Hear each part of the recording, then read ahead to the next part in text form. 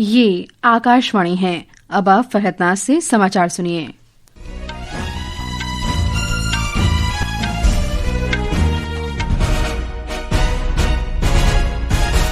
गृहमंत्री अमित शाह ने कल नई दिल्ली में नए overseas citizen of India OCI portal का शुभारंभ किया। नया पोर्टल मौजूदा 50 लाख से अधिक OCI कार्ड धारकों और नए उपयोगकर्ताओं के लिए बेहतर कार्यक्षमता, उन्नत सुरक्षा और अनुकूल अनुभव प्रदान करेगा। इस अवसर पर गृहमंत्री ने कहा कि भारत OCI कार्ड धारकों को विश्व स्तरीय एवरेजन सुविधाएं प्रदान करने का निरंतर प्रयास कर रहा है। प्रधानमंत्री नरेंद्र मोदी ने नए OCI पोर्टल की सराहना की है। सोशल मीडिया पोस्ट में श्री मोदी ने कहा कि उन्नत सुविधाओं और बेहतर कार्यक्षमता के साथ नया OCI पोर्टल नागरिक अनुकूल डिजिटल प्रशासन को बढ़ावा देने की दिशा में एक बड़ा कदम है। राष्ट्रवादी कांग्रेस पार्टी के वरिष्ठ नेता छगन भुजबल को आज महाराष्ट्र मंत्रिमंडल में शामिल किया जाएगा। राज्यपाल CP राधाकृष्णन आज सुबह 10 बजे राजभवन में उन्हें पद और गोपनीयता की शपथ दिलाएंगे। ब्यौरा हमारी संवाददाता से। राष्ट्रवादी कांग्रेस के वरिष्ठ नेता छगन भुजबल आज मंत्री पद की शपथ लेंगे। यह शपथ ग्रहण समारोह आज सुबह 10 बजे मुंबई के राजभवन में आयोजित किया गया है। राज्य की राजनीतिक हलचलों में यह एक अहम पड़ाव माना जा रहा है। उन्हें प्रशासन का व्यापक अनुभव है। भुजबल को खाद्य नागरिक आपूर्ति एवं उपभोक्ता संरक्षण मंत्रालय दिया जा सकता है। यह विभाग पहले भी उनके पास था। इस शपथ ग्रहण के बाद राज्य मंत्रिमंडल में कुछ नई जिम्मेदारियों का बंटवारा होने की संभावना जताई जा रही है। भावना, आकाशवाणी समाचार, मुंबई। विदेश मंत्री डॉक्टर सुब्रमण्यम जयशंकर ने पहलगाम हमले की कड़ी निंदा करने और आतंकवाद के खिलाफ कतई बर्दाश्त न करने की नीति का समर्थन करने के लिए नीदरलैंड्स की सराहना की है। डॉक्टर जयशंकर ने कल हेग में नीदरलैंड्स के विदेश मंत्री कैस्पर वेल्टकैम्प के साथ चर्चा के दौरान ये टिप्पणी की। वे नीदरलैंड, डेनमार्क और जर्मनी की 6 दिवसीय यात्रा पर हैं।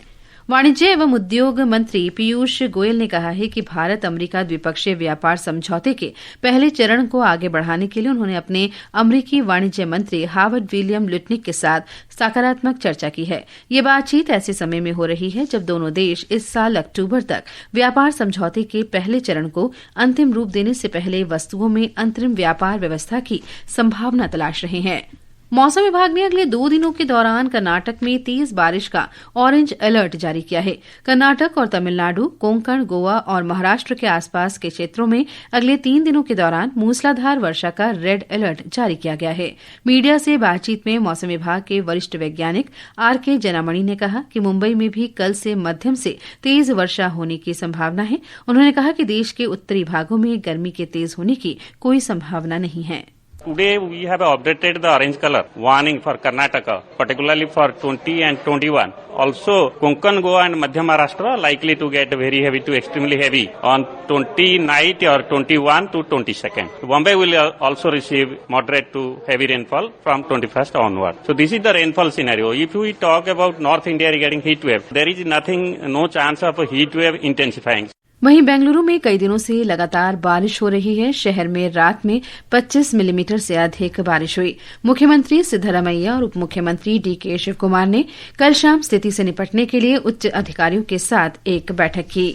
उधर झारखंड में तेज वर्षा, आंधी तूफान और बिजली चमकने से 6 लोगों की मृत्यु हो गई है।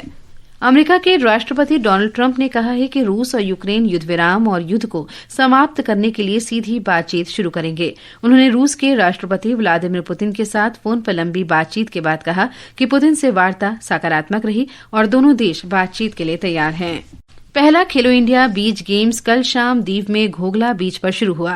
केंद्रीय खेल मंत्री मनसुख मांडविया ने एक भव्य समारोह में इस खेल का उद्घाटन किया। इस अवसर पर श्री मांडविया ने फिर कहा कि भारत 2047 तक खेल की महाशक्ति बनने के लिए प्रतिबद्ध है। दोस्तों, विकसित भारत यानी कि जब देश आजादी का शताब्दी वर्ष मनाता हो तब स्पोर्ट्स में देश 1 से 5 क्रम में हो। इस लक्ष्य के साथ मोदी जी आगे बढ़ रहे हैं। नया भारत केवल युवाओं को स्वप्न नहीं दिखाते हैं, लेकिन ये मोदी का भारत है और स्वप्न भी दिखाते हैं और स्वप्न को साकार करने के लिए पाथवे भी तय कर रहा है। यही पाथवे का नाम है खेलो इंडिया। IPL क्रिकेट में आज चेन्नई सुपर किंग्स का मुकाबला राजस्थान रॉयल्स से होगा। ये मैच शाम 7:30 बजे से खेला जाएगा। प्रतियोगिता में कल रात लखनऊ में सनराइजर्स हैदराबाद ने लखनऊ सुपर जायंट्स को 6 विकेट से हरा दिया। इसके साथ ही समाचार बुलेटिन समाप्त हुआ।